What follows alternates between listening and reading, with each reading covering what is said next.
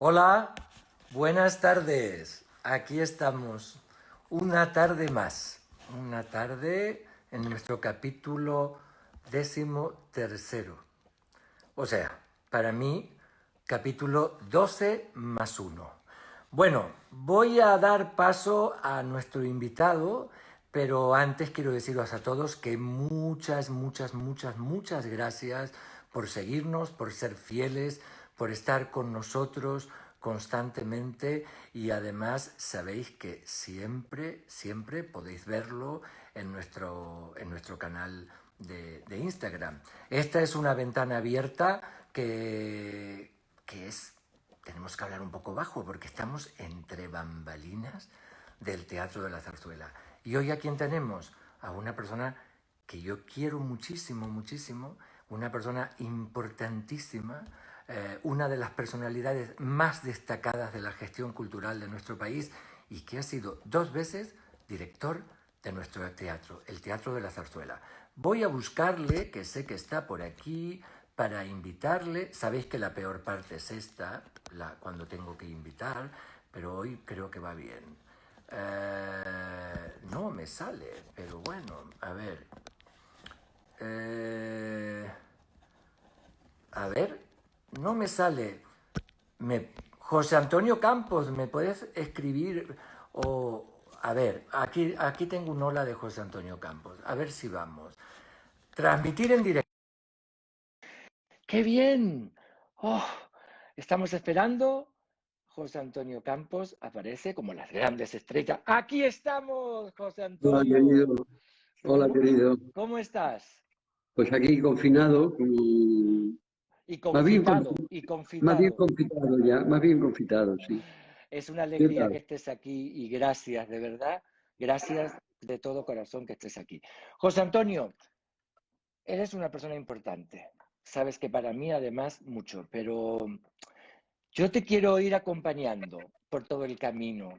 Un camino largo que has pasado por muchas cosas, pero quiero llevarte a un... Naces un 2 de julio en Tetuán, en una familia que tus padres te llevaban al teatro y que vistes a Lola Flores, pero hay algo que cambió en tu vida cuando viste la compañía de Tamayo con la muerte de un viajante, ¿no? Exactamente. El teatro que yo veía en aquella época, pues es el que habitualmente circulaba por el país. Venían las compañías de cantantes, alguna que otra. Venía alguna compañía de comedia, como la de Lili Murati, pero las compañías aquellas que hacían comedia, pues lo que se veía era una habitación con un tresillo, una mesa camilla y tres señores charlando. Hasta que de pronto llega la compañía López de Vega, ¿eh? Llega don José Tamayo y vemos una cosa que se llamaba La muerte de un viajante. Y aquel espectáculo que yo vi con 14 años, ¿eh? A mí me cambió la cabeza, porque no había mesa camilla, no había tres Claro. paredes, había luces espectaculares que nunca habíamos visto, y había un espacio que nunca habíamos apreciado, y apareció Willy Loman, ese personaje fundamental en la historia del teatro realista, y a partir de ahí yo entendí que aparte del cine, había otra cosa que era el teatro, y ahí empezó la aventura. Sin embargo, estudiaste Derecho en Granada, Sí, pero a los 23 años, nada menos que a los 23, has ganado las oposiciones al Cuerpo Superior de la Administración Pública. Y yo no exacto. sé si tú lo elegiste o te eligieron, no sé cómo es, pero fuiste a parar al Ministerio de Información y Turismo, ¿no? ¿Y Yo por lo qué? elegí, pero muy sencillo. Yo lo Porque elegí porque, bueno, no me quiero echar flores, pero como saqué un buen número en la clasificación, podías elegir con más facilidad que otros. Y entonces yo miré aquello y yo dije, vamos a ver, esto de la administración donde yo me voy a meter, lo más probable es que sea una cosa muy aburrida. Y aquí hay una cosa que se llama información y turismo, que por lo menos suena a algo... todavía no sabía dónde me metía, ¿eh? pero algo Pero yo dije, extravagante, era algo extravagante, ¿por era qué? algo extravagante dentro de lo demás era pues la administración pura y dura. Claro. Y decidí entrar ahí y tuve mi primer destino en Murcia. ¿eh? En Sí, Murcia me pasaron muchas cosas. que me hicieron cambiar la cabeza, ¿eh? Afortunadamente me vino muy bien porque entendí dónde estaba, descubrí dónde estaba y empezaron a ponerse los pelos de punta. En el sentido de que, por una parte, recibíamos a la turista número 5.000 que llegaba a la manga del Mar Menor y todo aquello era un festín, pero por otra parte, cuando venía una compañía de revistas o una compañía de teatro, había una cosa que se llamaba el libro de censura, que en la oficina donde yo trabajaba había que presentar con las tachaduras que la censura había impuesto. Entonces, ¿eso qué significa? Eso significa que en tu cabeza empiezan a aparecer las contradicciones, las tienes palpables, las contradicciones de un lugar donde no te sientes cómodo, pero donde piensas que de alguna manera puedes desde dentro darle la vuelta a las cosas o intentar darle la vuelta a las cosas, aunque te juegues el pellejo. Y ahí empezó una aventura que poco a poco se fue desarrollando, que me llevó a jugarme el pellejo en ocasiones todavía más graves, hasta que un buen día pudimos respirar, aquello se acabó y el Ministerio de Información y Turismo, del que yo no reniego, porque aprendí muchísimas cosas Claro. y tuve experiencias estupendas, pero de ahí se pasó a tener un Ministerio de Cultura, a vivir la transición, apasionante época, y Pero después, todavía no quiero llegar a eso. no, pero digo, pasamos ahí y esos fueron los principios. Porque, porque hay una cosa que sí me gustaría que nos cuentes, que a mí me parece siempre muy tierno, y lo recordarás, creo que fue el 24 de octubre del 56, ¿no? Cuando fue la reinauguración del Teatro de la Zarzuela, cuando en tu vida ni por tu cabeza podías imaginar que algún día hubiese sido 2 veces director del teatro. ¿Qué pasó con unos amigos tuyos y tú en la puerta del teatro? Pues pasó lo siguiente, yo vine a Madrid, yo estaba en ese momento a punto de empezar la carrera en Granada, pero hubo un paréntesis inicial para el principio de lo que era del curso, y entonces yo me vine a Madrid y vine con dos íntimos amigos, uno de ellos luego recorrió la vida profesional prácticamente toda conmigo, y el otro que era mucho más listo se hizo rico. Y ahora te diré por qué se hizo rico. Vinimos aquí y íbamos al teatro, a la CLAC, a ver lo primero que teníamos a mano. Y nos enteramos que se inauguraba el Teatro de la Zarzuela. Y José entonces, como Antonio, la CLAC era en la la regional. regional, la Eso. regional. Nos enteramos que se inauguraba el Teatro de la Zarzuela. Y como tres pollitos ingenuos, se nos ocurrió alquilar cada uno su smoking, porque a los sitios hay que venir como Dios manda, alquilar un smoking en una tienda que todavía está en la calle Infanta de Madrid, y vinimos a la regional con la ingenuidad de que íbamos a poder tener una entrada de CLAC. Cuando llegamos, nos dijeron que la CLAC no había porque venía Franco, cosa que también fue una pura ficción, porque Franco no vino nunca. Creo que vino una vez a ver en Marina porque era una cosa que a él le gustaba, por aquello de los barcos y del actor y toda esa historia. Pero bueno, nos quedamos los tres en la puerta del teatro, justo donde está el restaurante de las Cortes, es decir, enfrente de la fachada del teatro, los tres viendo llegar al todo Madrid, todo el mundo encopetado, para entrar en el Teatro de la Zarzuela. Y de pronto uno de los tres, el más listo, el que fue luego empresario, de pronto dijo, vamos para adentro. Y lo dijo con tal autoridad que Claro. dijimos, pues vamos detrás. Y cuando llegamos a la puerta dijo, buenas noches, prensa. Y nos dejaron entrar. Y en la última fila de pie del patio de butacas, yo solo puedo decirte que cuando yo entré en ese lugar encendido, con la lámpara rojo, con los dorados. Nunca había visto un sitio como ese, nunca. Y estuvimos de pie viendo aquella francisquita inolvidable, con Kraus, con la Olaria, con Don Alonso, con Tamayo. Y bueno, yo creo firmemente en una cosa que se llama el destino. Las cosas, nosotros hacemos planes, pero luego la Sí, vida va como le da la gana. Y claro. yo creo que de pronto aquello dijo, el destino dijo, este muchachito que está aquí, que tal, pues tendremos que guardar un rincón para él. Y 30 años después me nombraron director de este teatro. Bueno, antes hablabas y bien nombrado, antes hablabas de la transición y ya estabas en el ministerio cuando en la transición comienzan a aparecer teatros independientes.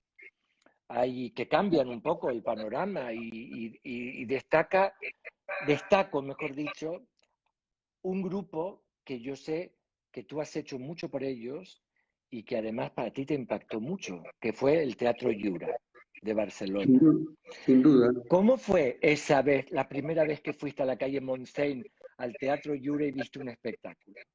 No, simplemente fue que yo tenía noticias de lo que estaba ocurriendo en el país, llegaron noticias de que, bueno, que de pronto había un grupo de gente que habían abierto una cosa en Barcelona distinta y me fui a Barcelona a verle. Y me fui a Barcelona, entré allí y vi algo que no había visto tampoco nunca. ¿Eh? Había un espíritu allí en el escenario y había unas gentes que yo no conocía, luego fueron amigos míos, pero allí empezaron a ocurrir cosas. Después vi la Nit de las Tribadas, vi La Bella Elena, o sea, una serie de espectáculos. Luego esa compañía vino a Madrid, a María Guerrero, con todos esos espectáculos. Pero yo ya empecé a darme cuenta desde donde estaba que había pasado algo en el teatro español, ¿eh? Que era distinto. ¿Eh? Y hice todo lo posible por apoyar a ese grupo, con el que curiosamente luego, más tarde, con algunos de ellos, tuve colaboraciones muy estrechas y amistades muy profundas. Y dime, y durante toda esa época siempre te acompañaba la música, porque siempre, Vamos a ver, hay una época en la que estoy en la Dirección General de Teatro, sí, donde yo llegué en el sí. 74 y donde estuve un tiempo largo. Cuando empieza la transición, al ministerio llega un hombre que yo creo que ha sido de los políticos más importantes que ha tenido este país, sobre todo en aquella época, que era Pío Cabanillas. Mm. Pío Cabanillas es el primer ministro de Cultura, que curiosamente al ministerio se le llamaba Ministerio de Cultura y Bienestar Social. Fue el primer nombre que tuvo allí, donde estaba Información y Turismo, en la Castellana. Un nombre un poco especial, porque parece como si le diera vergüenza en aquel momento que se llamara de cultura solamente, que es lo que tenía que llamarse. Pero bueno, Cabanilla fue un hombre muy lúcido y se llevó a trabajar con él, a su equipo, a una persona muy importante en el terreno en que nosotros nos movemos, que era Jesús Aguirre. Jesús Aguirre todavía no era duque de Alba, todavía No, no, no. y la condición que puso Jesús Aguirre para entrar en ese equipo, él era muy amigo de Pío Cabanilla, fue que se creara la Dirección General de Música, porque hasta entonces la música dependía de una comisaría de la música adscrita al Ministerio de Educación. Al crear cultura, Aguirre reclama que se crea la Dirección General de Música y a partir de ahí empiezan a ocurrir cosas importantes como la creación de los ballets nacionales, etcétera, etcétera. Entonces yo, que en teatro estuve en 4 subdirecciones distintas, con distintos nombres, una al final muy ligada a lo que luego sería mi relación con el Teatro de la Zarzuela, que era la subdirección de teatro lírico y coreográfico, y luego pasé ya directamente a trabajar como subdirector de música en el otro sector.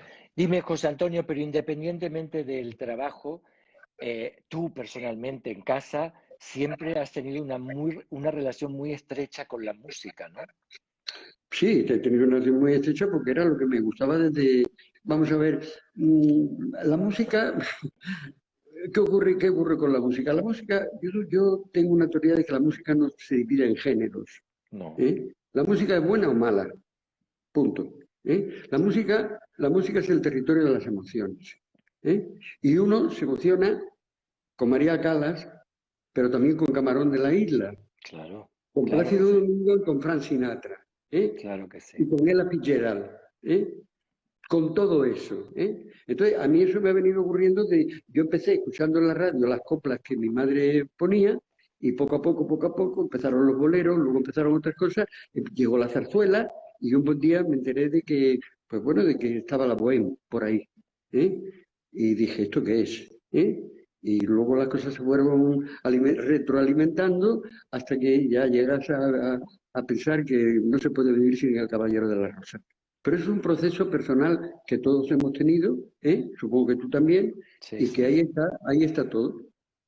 Yo sé de mucha gente que ha trabajado contigo muy, muy estrechamente, que siempre, siempre les hablabas de la música y les hacías escuchar música. A ver, escucha este aria, escucha esta cantante, que siempre ha tenido una cosa muy pedagógica en ti. Bueno, hay un momento para mí importantísimo, yo creo la cumbre de la historia del Teatro de la Zarzuela, que es de 1984 a 1990, cuando tú eres director del Teatro de la Zarzuela. Un momento glorioso del teatro y de la ópera en este país, realmente. Pero soy testigo, porque además yo en el 86 llegué y enseguida trabajé en el Teatro de la Zarzuela como ayudante, pero trabajaste de sol a sol para dar una dimensión teatral a la ópera. Esto no se lo había propuesto nadie aquí. Y efectivamente contaste con José Luis Alonso, un grandísimo director, con Piero Fergioni, con Pierluigi Pizzi. Pero lo que creo y lo que yo más te aplaudo es cómo apostaste por una generación de jóvenes que buscaban un sitio. Se me ocurre Luis Pascual, Emilio Sagi, Gerardo Vera, José Carlos Plaza, Simón Suárez, Pilar Miró, Hugo de Ana. Lo tuviste claro, ¿no?, en la cabeza. Fue una intuición, una luz que tuviste desde el primer momento. Todos ellos debutaron contigo en la ópera, Sí, pero no fue una intuición. Vamos a ¿no? ver, no, exactamente no fue una intuición. Yo creo que, y además a estas alturas de la vida, no tengo por qué disfrazar las cosas, ¿eh? No, no. Vamos a ver, a mí una cosa que me ha gustado siempre es mi trabajo. Y he entendido el trabajo de lo público de una manera que me ha dado muchas satisfacciones y raras equivocaciones. En toda la vida siempre se equivoca uno, y algunas veces, muchas veces, y se aprende. A mí siempre me ha gustado y me ha interesado tirar de la gente que tiene algo que decir o que yo he creído que tiene algo que decir, y si yo tenía la oportunidad, por estar donde estaba, de que esas personas se asomaran a donde no estaban, yo esa oportunidad la daba. ¿Eh? Y eso es una cosa que lo he llevado siempre adelante y que me ha gustado, y que yo no entiendo. Si alguien se sienta conmigo a charlar un día y empieza a contarme de sus proyectos y veo que está en el inicio de su posible carrera, y yo estoy sentado en un sillón público y en ese sillón público tengo la posibilidad de echarle una mano, pues no les digo venga usted mañana, sino que hago todo lo posible porque esa persona tenga una puerta entreabierta para hacer su trabajo. Y en algunas ocasiones me ha costado más de un disgusto, porque yo he propuesto gente desconocida que de pronto me hicieran un montaje en este teatro cuando la programación se hacía desde el propio ministerio. Estoy hablando de antes de la época en que José Luis Alonso y el maestro Lauret, Pérez, Benito Lauret Lauret. son directores del teatro. La época anterior, la programación ya no dejábamos que la hicieran solo los amigos de la ópera, que es como nació el tema, sino que el ministerio, desde la subvención que yo ocupaba, poco menos que consensuaba y trataba de meter en esa programación que era Sota, Caballo y Rey, de meter cosas que tuvieran otro sentido. Entonces aproveché esa situación para, cuanto que vi oportunidad de colocar, no me gusta la palabra colocar, pero de aprovechar a alguien, lo hice. Y eso es una parte de lo que te decía al principio, pero hay otra parte fundamental en toda esta historia. Yo tuve siempre en la cabeza, siempre lo tuve en la cabeza, como aficionado, que en esta ciudad y en este país había una barbaridad que no se podía seguir manteniendo. Y era que el edificio de la Plaza de Oriente estuviera rodeado de tabiques, que estuviera cerrado desde el año 25, y que esta ciudad, que era la capital del país, no tuviera un teatro de ópera como debe ser. Entonces, bueno, pues había que luchar contra eso y apretar contra eso y hacer todo lo posible porque aquello algún día reventara. Y yo siempre pensé que la mejor manera, una de las maneras de que eso ocurriera, era poniendo a reventar las paredes del Teatro de la Zarzuela para demostrar que hacía falta una casa más grande. Terminabas diciendo que rompías los muros del Teatro de la Zarzuela. Y yo recuerdo, porque además viví mucho de ellos, pero me gustaría que contaras a la gente lo que fue cuando el tríptico, para la gente que está fuera de Madrid, deciros que el Teatro de la Zarzuela queda en una callecita muy pequeña, que es Los Madrazos y Jovellanos, ¿no? Y Sí, entonces el tríptico, que era una obra que dirigía Luis Pascual, pero con escenografía de Ezio de pequeño, Frigerio, ¿qué te sí. pasó? A ver, ¿cómo fue? Pues me pasó que, pues que a eso de las 12 o la 1 de la noche me llama a casa Paco Asunción, nuestro querido Paco Asunción, Sí. y me dice, oye, vente corriendo para el teatro. Digo, ¿qué pasa, Paco? Enseguida pensé, te está ardiendo el teatro. Dice, no, no, vente para acá, ya con un poco de sorna. Digo, ¿pero qué pasa? Dice, ahora cuando llegues lo verás. Agarré un taxi, me vine corriendo al teatro y había como 16 camiones desde la calle de Cedaceros hasta el Paseo del Prado. Y Paco en la puerta, y Paco en la puerta. Digo, ¿qué pasa, Paco? Digo, ¿qué pasa? Dice, mira, digo, ¿qué? Dice, todo esto es el tríptico. Digo, no es posible. Digo, pero a ver, digo, y eso hay que meterlo aquí dentro y colgarlo.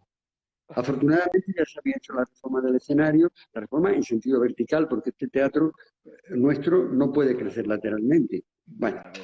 pues empezaron a sacar material, y el patio de butacas hubo que llenarlo de lonas, para poder dejar ahí todo el decorado especiado de esa maravilla que fue el trístico. Pero yo esa noche pensé, digo, bueno, Campos, mañana estás en la puñetera calle, porque naturalmente esto no va a caber, no se va a poder hacer, y mañana te echan. Pero bueno, Yo te digo que todavía hay gente del escenario del teatro que recuerda ¿te esa, recuerdas? esa producción, porque fue además de impresionante, no sé, los muros creo que eran como de chicle, se hacían grandes, ¿Cómo ¿no? decirlo? Yo todavía no entiendo cómo se puede hacer, pero se hizo. Pero se ha hecho y fue un gran éxito como tantas obras que has hecho.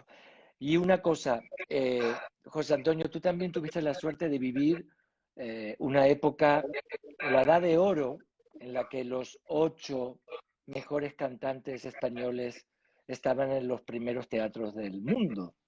Y todos ellos cantaban en el Teatro de la Zarzuela. Eso también es una suerte, pero, pero qué maravilla, ¿no? Haberlos disfrutado en el oído. Eso es un privilegio que hemos tenido todos los aficionados a la ópera, que no nos dábamos cuenta de lo que estaba ocurriendo en aquel momento. Y que me lleva a decir algo que no quiero que suene a despectivo con respecto a mucha gente. Pero a partir de ese momento yo empecé a distinguir la palabra artista de la palabra profesional del canto, que Claro. son dos cosas distintas.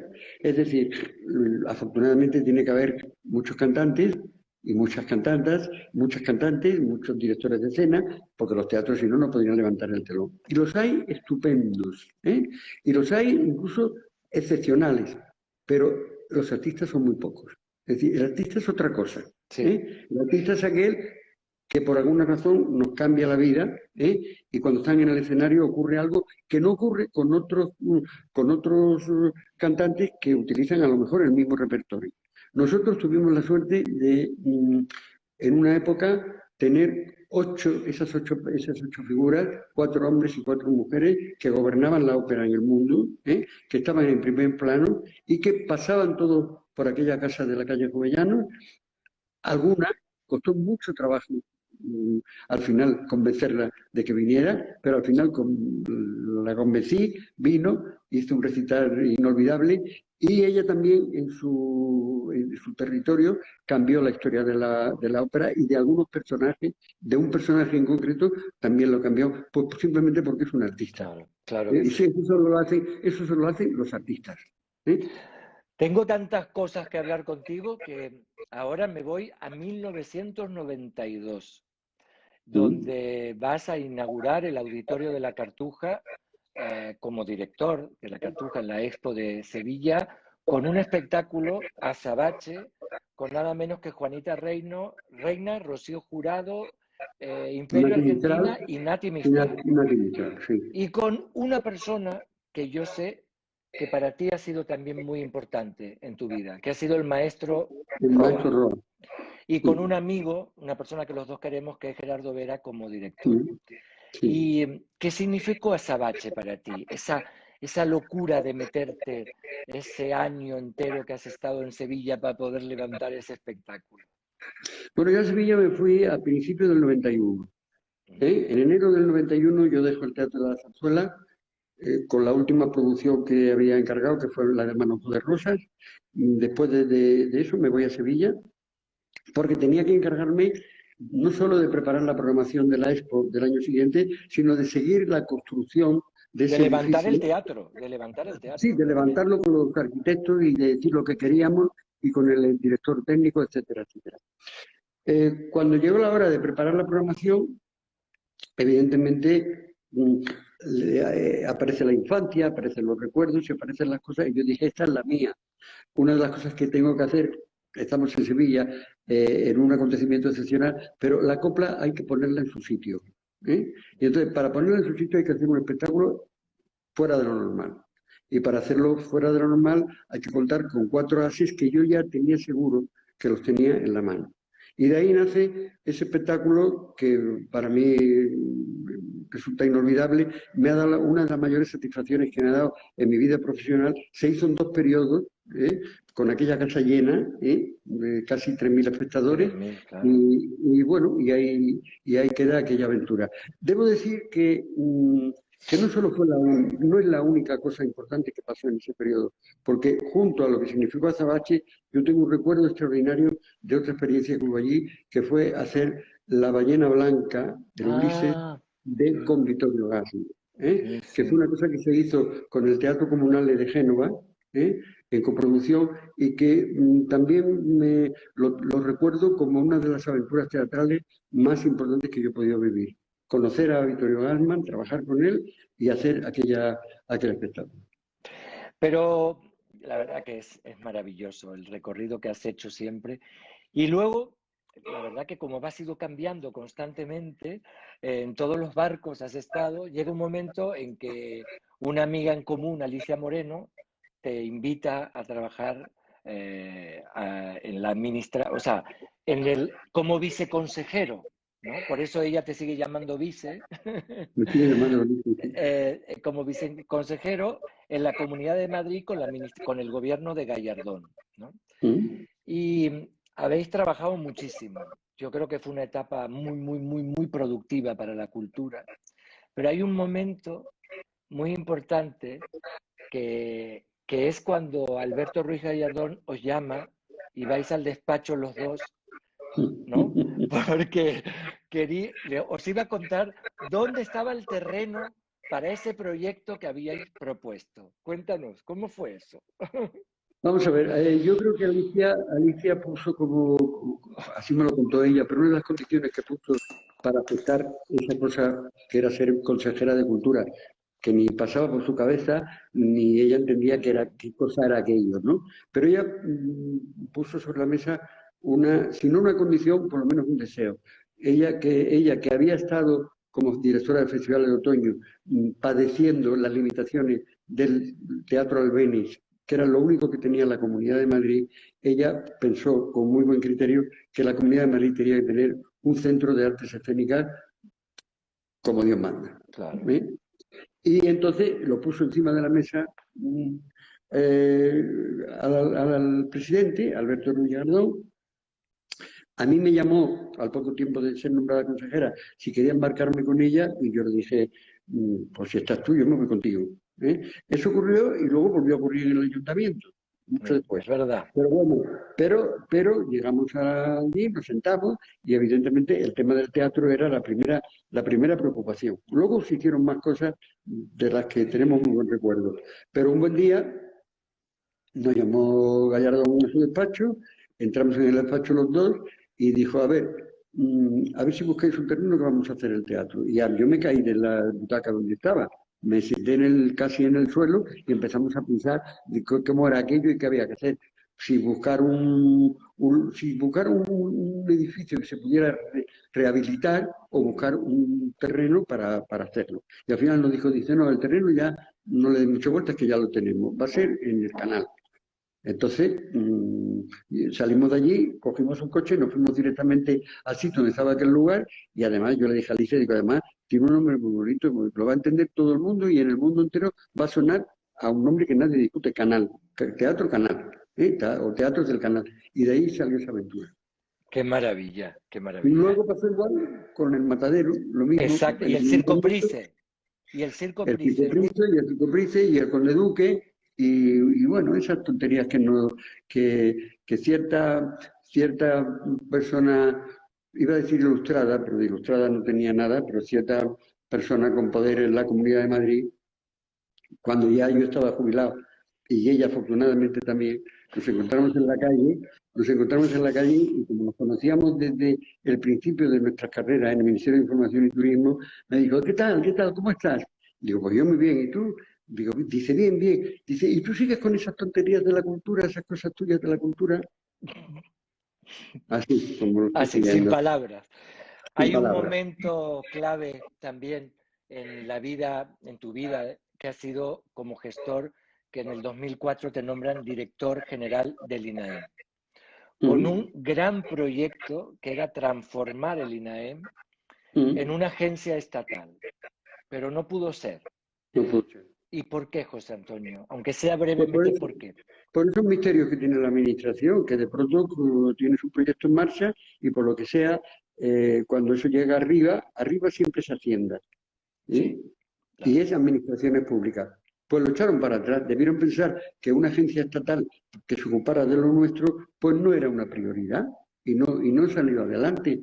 Y es, debo decir que es una muestra más, de los padecimientos que la cultura en general ha tenido a lo largo de muchos años, ¿eh? Eh, Nosotros somos un grupo de gente que nos conocemos, que hemos tenido la suerte de trabajar con personas, en algunos casos, que han tenido sensibilidad para escucharnos, y para ayudarnos a sacar adelante ciertos proyectos. Pero no nos engañemos, un plan de Estado sobre la cultura no lo hubo nunca. Y No. ahora, y ahora que se sigue reclamando, hay que llamar a las cosas por su nombre. Es decir, nunca ha habido un plan de Estado sobre la cultura, sobre el valor de la cultura en nuestro país. ¿Se han hecho cosas estupendas? Pues porque hubo gente estupenda en algunos casos que entendieron pues, que se podía hacer tal cosa o se podía hacer otra. Pero cuando alguien sacaba la cabeza y pensaba en algo por encima de lo que era la normalidad, por algún camino había siempre alguien que se encargaba de quitarlo de en medio. Dime una cosa, ¿sigues pensando hoy que el modelo que tú tenías de agencia estatal es válido, ¿no? Su- Yo sigo pensando que es válido, pero vamos, sobre todo lo que sigo pensando es que el que está no vale. El Eso, que está no sirve, ¿eh? Y eso. entonces eso tiene que ser potenciado por una entidad, no sé si es una fundación o un conjunto de fundaciones, pero algo que haga posible el día a día del teatro. El teatro no puede estar pendiente de que una interventora, o un interventor decida si tú tienes que cambiar un cantante ahora, porque el que tenía previsto ha cancelado porque tiene la garganta atravesada. Y Ya. entonces no puede ser que tú tengas en ese momento que estar pendiente de que una intervención te autorice a que esa cancelación que tienes encima aquí sobre tus espaldas te pueda llevar a cerrar el teatro, simplemente porque no encuentras la persona y si la tienes no la puedes contratar porque no te dejan, etcétera, etcétera, etcétera. Pongo Estoy de este caso acuerdo. como caso extremo, pero tiene que ver con las zapatillas de los bailarines, tiene que ver con los focos, tiene que ver con una serie de cosas que un teatro pues no puede tener esa atadura y si no, pues lo que pasa es que por suerte o por desgracia, por lo general se ha dado con profesionales que a la hora de la verdad han hecho lo imposible y al final han levantado los telones.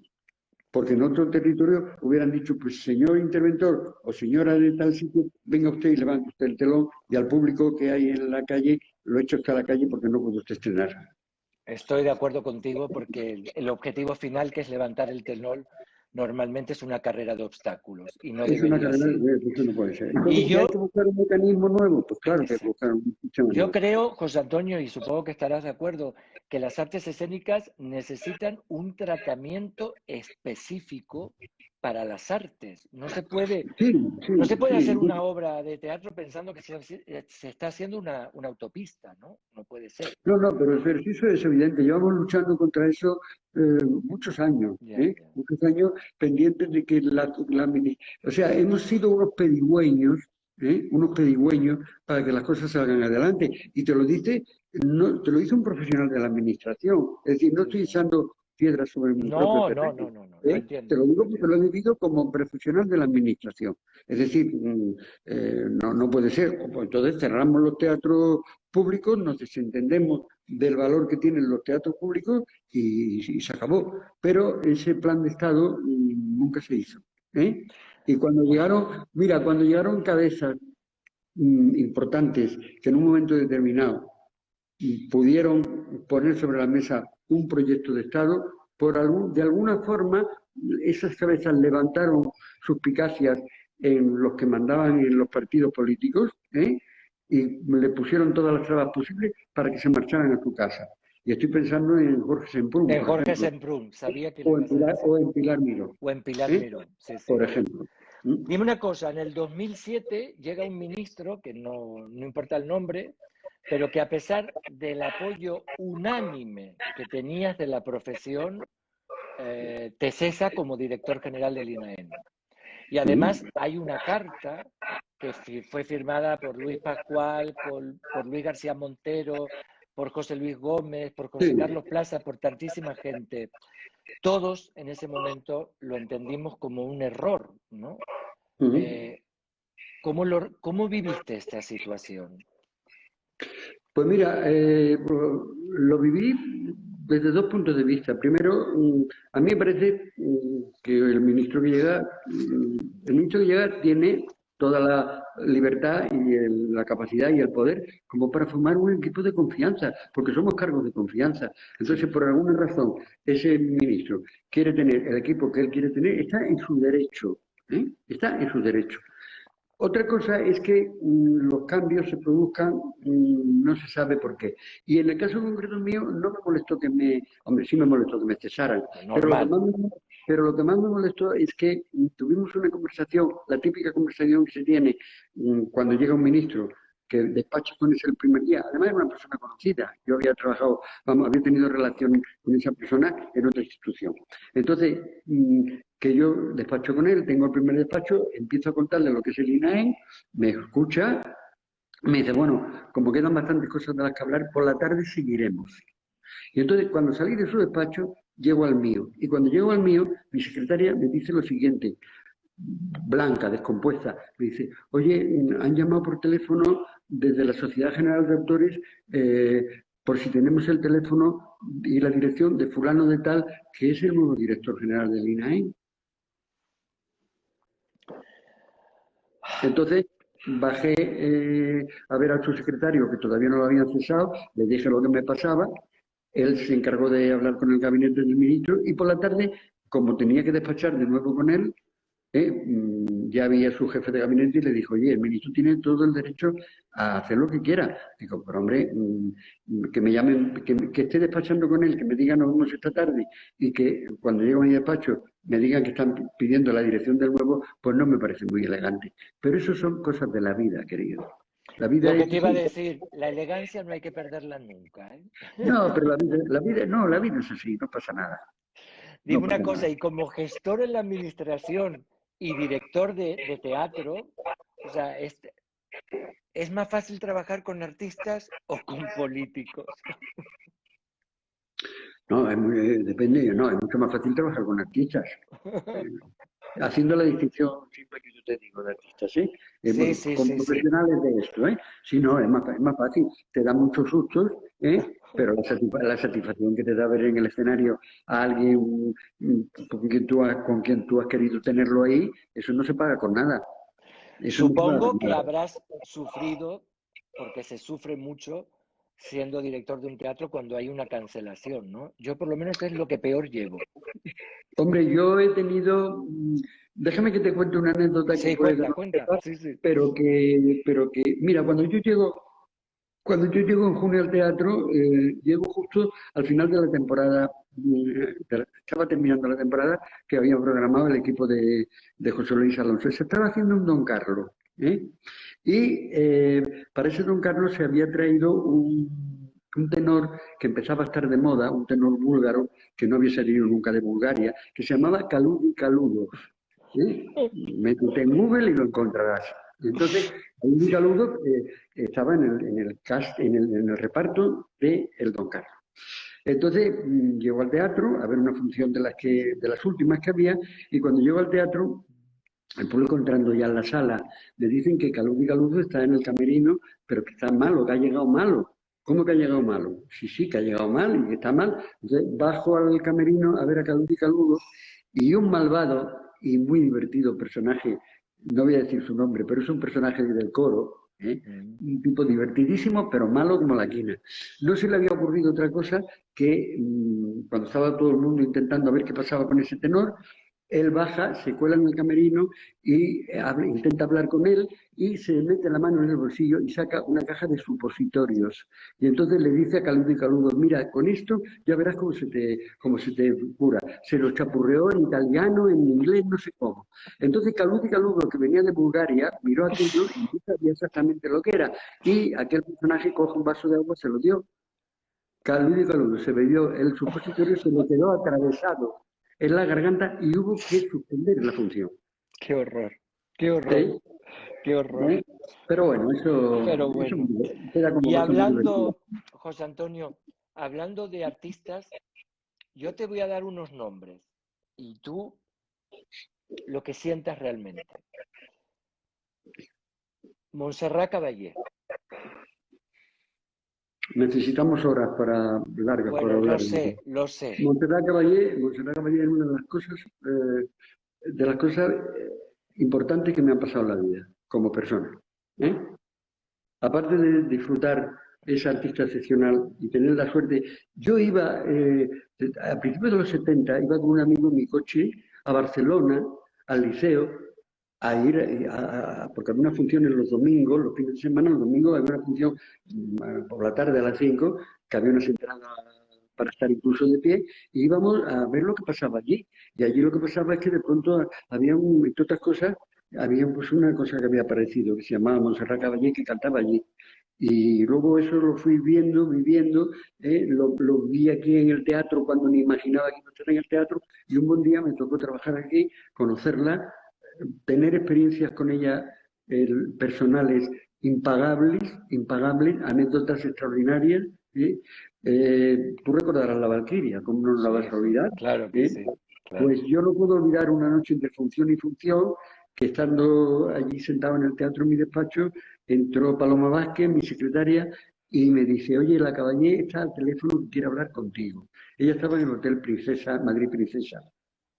Eran las 9 de la noche y yo dije, Tate, va a cancelar. Está mala y resulta que la función 3 de la Valquiria, entonces me puse al teléfono, Montserrat, ¿cómo estás y tal? ¿Qué haces? Me dice. Digo, pues estoy aquí viendo papeles.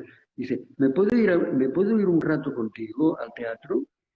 Digo, pues claro. Entrañable. Entonces le mando un coche y yo pensando, ¿qué me va a contar? Porque evidentemente algo pasa. Llego al teatro, entro en mi despacho, 9 y pico de la noche. ¿Quieres tomar algo? Dice, pues bueno, ¿por qué no pides una tortilla y una tal? Y bueno, a medida que pasaba, que la conversación transcurría, no me decía nada que me alarmara. Simplemente quería charlar. Estaba sola en el hotel y quería charlar. Nos dieron casi las 2 de la mañana y aquella noche escuché cosas que no puedo olvidar nunca, nunca. ¿Eh? Y además me resolvió una pregunta que yo siempre tenía. Cualquier aficionado hemos tenido a mano aquella famosa norma de Orange. ¿Eh? La hemos tenido, la hemos visto mil veces, y a mí de esa norma de Orange hay una cosa que no entendía, que es que después de lo que ocurre con aquel viento mistral que entra, con aquellos velos dando vueltas y aquella señora cantando Tartariva, el público no acaba de aplaudir y ella es una especie de mujer de mármol, hierática en el escenario, se puede ver en YouTube, que Sí. no muestra ni una sonrisa. Y yo, aquella noche, charlando los dos, le digo, aclárame una cosa. Lo he visto montones de veces, esa grabación, ¿qué pasa? Porque si al acabar esa casta diva ocurre lo que ocurre, ¿qué pasa? Y me dice, pues mira, te lo voy a contar. Poco antes de ir a Orange a hacer eso, me diagnosticaron una cosa muy grave en la cabeza, de la que luego fue operada y que ha estado con ella hasta que se ha muerto. Dice, mi médico de Barcelona me dijo, Montserrat, ya abordaremos esto, pero ahora vete a cantar a Orange y no te preocupes que ya veremos. Me fui a cantar, salí al escenario y cuando fui a cantar la Casa Diva, dice, yo soy una mujer creyente, dice, pero en ese momento miré para arriba y pensé, tú me vas a matar, pero yo ahora mismo voy a ganar. Qué bonito. Y cantó la Casta Diva como pocas veces la ha cantado. Dice, comprenderás que a mí luego los aplausos es que ni los oía. Qué maravilla, qué maravilla. José Antonio, sabes que el tiempo es muy corto, tenemos que ir terminando, pero me gustaría preguntarte, ya que estamos entre las bambalinas del Teatro de la Zarzuela, para ti, el género de la zarzuela, ¿qué es? Vamos a ver, voy a tratar de decírtelo de una manera muy breve.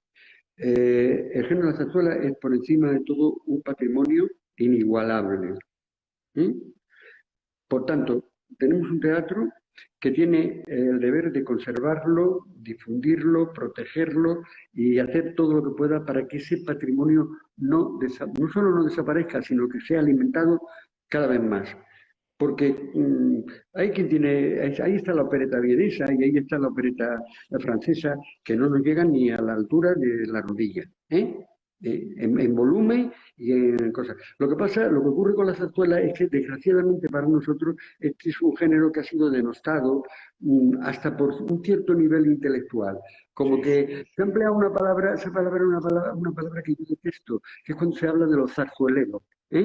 Los zarzueleros, los castizos, los marrulleros, los no sé qué, y a todos ha contribuido un cierto pensamiento intelectual que se le debería caer la cara de vergüenza de no considerar un patrimonio que tiene posiblemente las mejores páginas de la música española. Eso hay que defenderlo a muerte en una casa como la que tenemos nosotros y que fue construida para eso. Y al mismo tiempo está la otra cara del problema. ¿Qué va a pasar con lo nuevo? Pues yo creo que lo nuevo, el problema está en la música. La zarzuela es un género popular, cosa que no nos debe ofender, que está basado fundamentalmente en las emociones. Los americanos, los anglosajones, sobre todo los americanos, lo han entendido muy bien. ¿Qué pasa con el musical? En el musical, la música está al servicio de aquello que el patio de butacas entiende, hace suyo y repite y acaba siendo una industria. Y al señor Lloyd Webber no le da ninguna vergüenza haber hecho lo que ha hecho, y al señor Bernstein no se le cae la cara de vergüenza ni oculta que hizo West Side Story.